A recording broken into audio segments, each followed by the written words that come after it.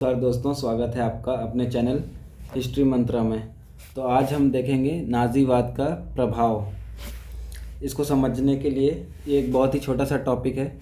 नाज़ीवाद का प्रभाव देखने के लिए हम सबसे पहले जानेंगे कि नाज़ीवाद क्या था, जिसका जिक्र हम पहले भी कर चुके हैं। तो नाज़ीवाद के बारे में समझेंगे, नाज़ीवादी दर्शन क्या था, नाज़ीवाद क्या था, तो ये पॉइंट जो है हमको अपने आप समझ में आ जाएगा।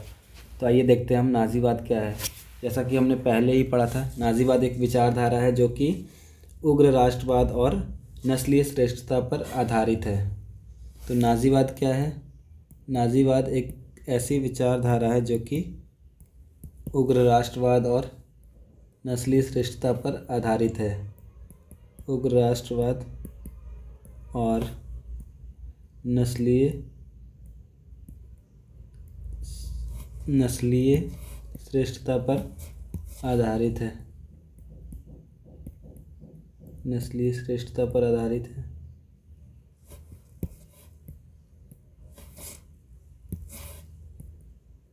ठीक। और इसके अलावा नाज़ीवाद जो विचारधारा है वो समाजवाद या साम्यवाद के विरोध में है। साम्यवाद विरोधी है, लोकतंत्र विरोधी है, शांति विरोधी है, स्वतंत्रता विरोधी है।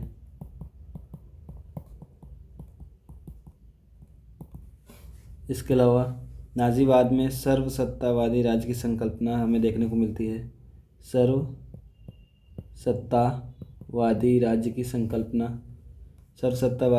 की संकल्पना देखने को मिलती है। इसमें राजा की निरंकुश शक्ति पर बल दिया जाता है। राजा के निरंकुश शक्ति पर बल दिया जाता है। शक्ति पर बल। तो ये सब क्या है नाज़ीवाद को समझने के लिए। नाज़ीवाद एक विचारधारा है जो कि उग्र राष्ट्रवाद और नस्लीय श्रेष्ठता पर आधारित है। नाज़ीवादी जो विचारधारा है वो साम्यवाद विरोधी है, लोकतंत्र विरोधी है, शांति विरोधी है, साथ ही साथ स्वतंत्रता विरोधी भी है।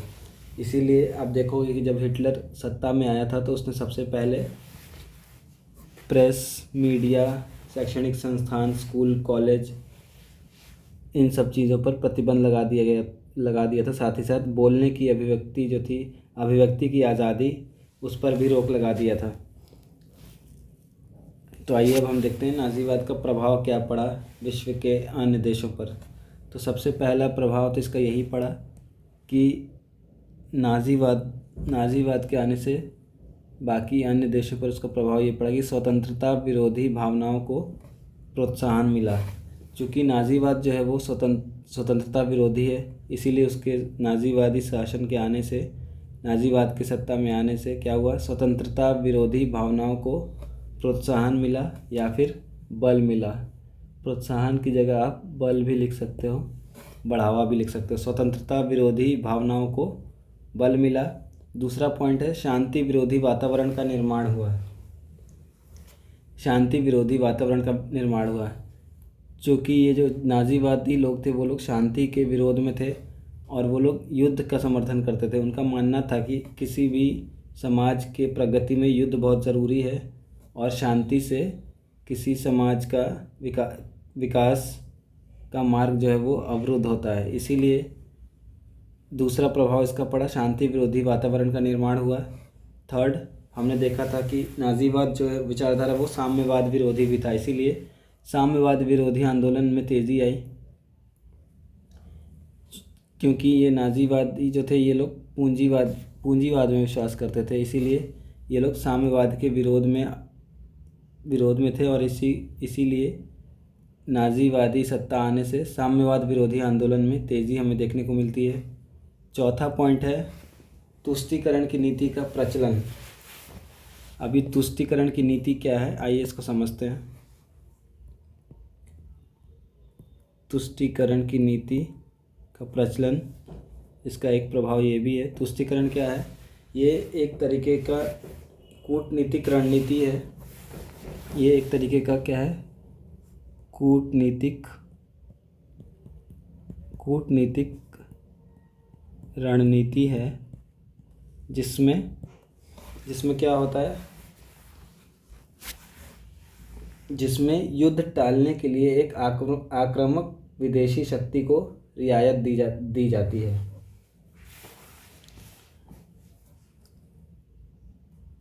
तुष्टीकरण में क्या होता है, एक आक्रामक देश को रियायत देना तुष्टीकरण कहलाता है, या किसी भी देश को खुश करने के उद्देश्य से या युद्ध को टालने के उद्देश्य से जब कोई नीति अपनाई जाती है तो उसको तुष्टीकरण की नीति बोला जाता है। तो तुष्टीकरण क्या है, एक कूटनीतिक रणनीति है जिसमें युद्ध टालने के लिए किसी आक्रामक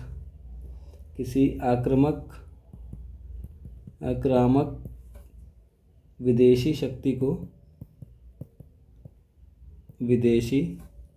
को रियायत दी जाती है।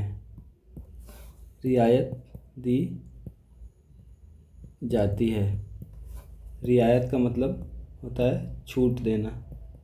अब ये छूट किस प्रकार की होती है, कैसी रियायत दी जाती है, या तो इनकी कोई मांग है उनको मान लेना, इनकी मांग को मान लेना, इनकी जो मांग है उनको मान लेना, इनकी मांग को मान लेना, या फिर इनको कोई क्षेत्र दे देना।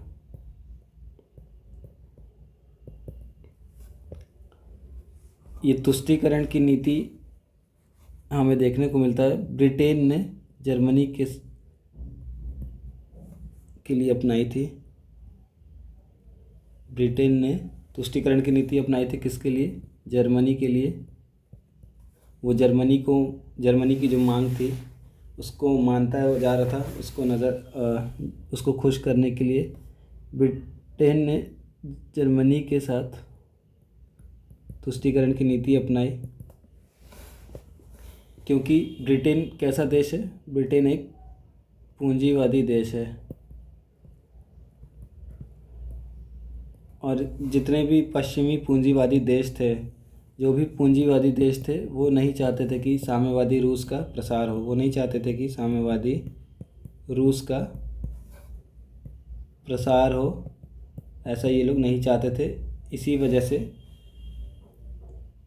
ये लोग जर्मनी के साथ तुष्टीकरण की नीति अपना रहे थे, क्योंकि ब्रिटेन चाहता था कि जर्मनी साम्यवाद के प्रसार को रोके, रूस के साथ युद्ध करे, जिससे कि दोनों जो देश हैं वह कमज़ोर हो जाएं और इसका लाभ उठाए ब्रिटेन, और ब्रिटेन एक पूरे विश्व में सबसे शक्तिशाली देश बन करके उभरी। ये इसके पीछे उद्देश्य था, लेकिन इसके उद्देश्य की पूर्ति नहीं हो पाती है। तो तुष्टीकरण की जो नीति है उसका सबसे बड़ा एग्जाम्पल हमें देखने को मिलता है 1938 के म्यूनिक समझौता में। 1938 के म्यूनिक समझौता क्या था, आइए इसको समझते हैं।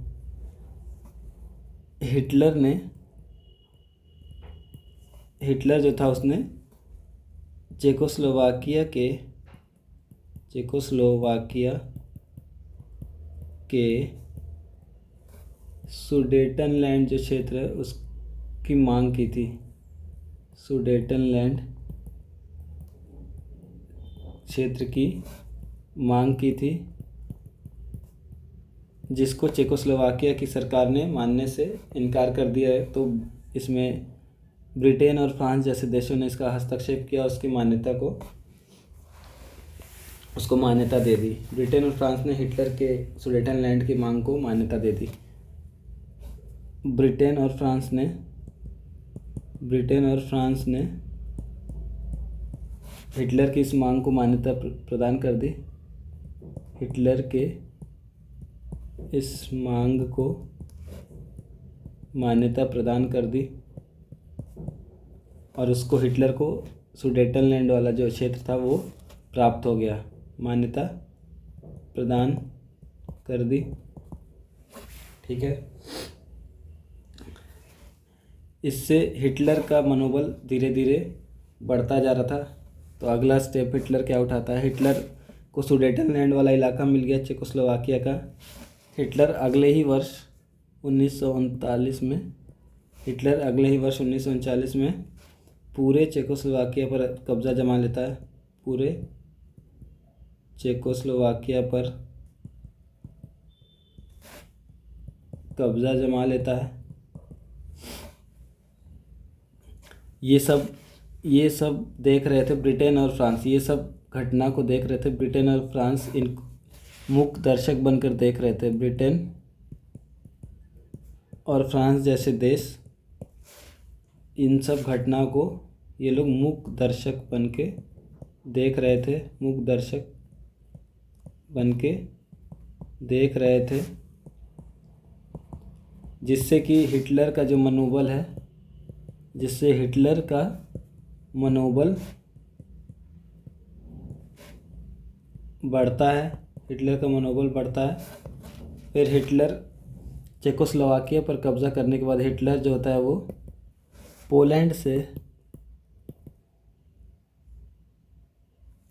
हिटलर जो होता है वो पोलैंड से हिटलर चेकोस्लोवाकिया पर कब्ज़ा करने के बाद पोलैंड से उसके डेजिंग बंदरगाह और पोलिश गलियारे की मांग करता है। पोलिश गलियारे की मांग करता है, जिसको देने से पोलैंड इनकार कर देता है। जिसको देने से पोलैंड इसको देने से इनकार कर देता है।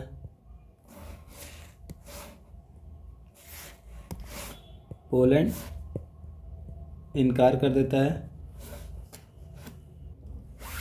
बदले में इसके प्रत्युत्तर में जर्मनी जो होता है वो 1 सितंबर 1939 को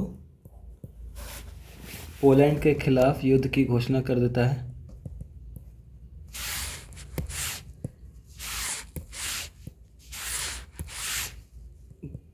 पोलैंड के